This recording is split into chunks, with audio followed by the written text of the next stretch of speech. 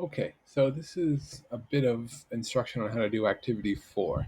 So first thing, and what this is using a program called ImageJ to measure things that we look at under a microscope. So it's basically all this stuff we did up here.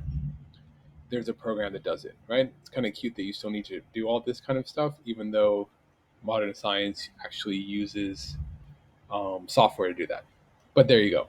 Okay, so the first thing you do is download ImageJ here. If you click on that, this pops up and you should get this downloaded here. And then you need to install this into your computer. Okay, that should be pretty straightforward there. Now, once you've installed it, you've opened it. And when you open it, it's going to look something like this: ImageJ across the top and this little thing here. Don't close this.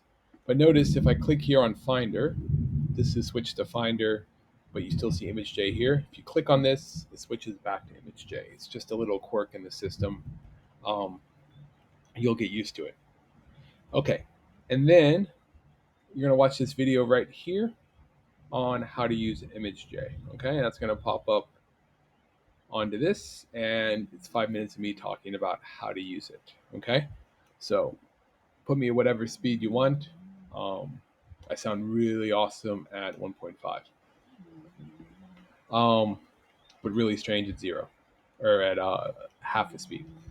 So watch that video. That's going to explain everything you're going to need to do.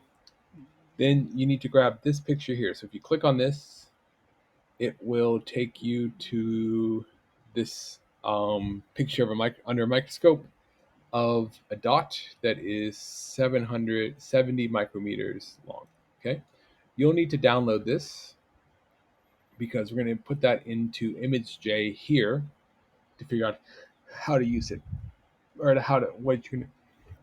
The video will explain what you can do with this. Okay. Once you've done that, you can move on to part 3, right? And once you've calibrated ImageJ, that was part 2. Pick 2 pictures from this folder. If you click on that folder, it's going to have these. So um, you're gonna look at Eladia and the onion pictures. Okay. Um, and you're going to compare the sizes of Eladia and onions. Okay. So you need to download these just like you downloaded this one, and then put them into ImageJ to use. Okay. And again, if you get stuck on any section of that, this video will show you how to do that. Okay. And then you're going to sample the average area of the onion cell, the average area of the Eladia cells by sampling 10 cells in each picture. Make sure you're using the 400x calibration, which if you follow these directions, you only get stuff from here. That's great. Everything will be fine with that. Okay. Again, if you get stuck, go back to the video, then come to me.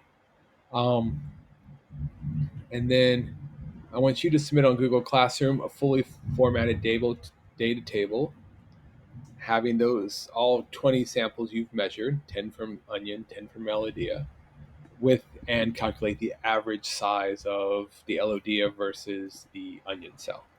Okay, and then that's it. In the next lesson, we're going to start talking about statistics, and we're going to use this data to do some statistics practice on it. Okay, all right. Hope that makes sense. Thank you.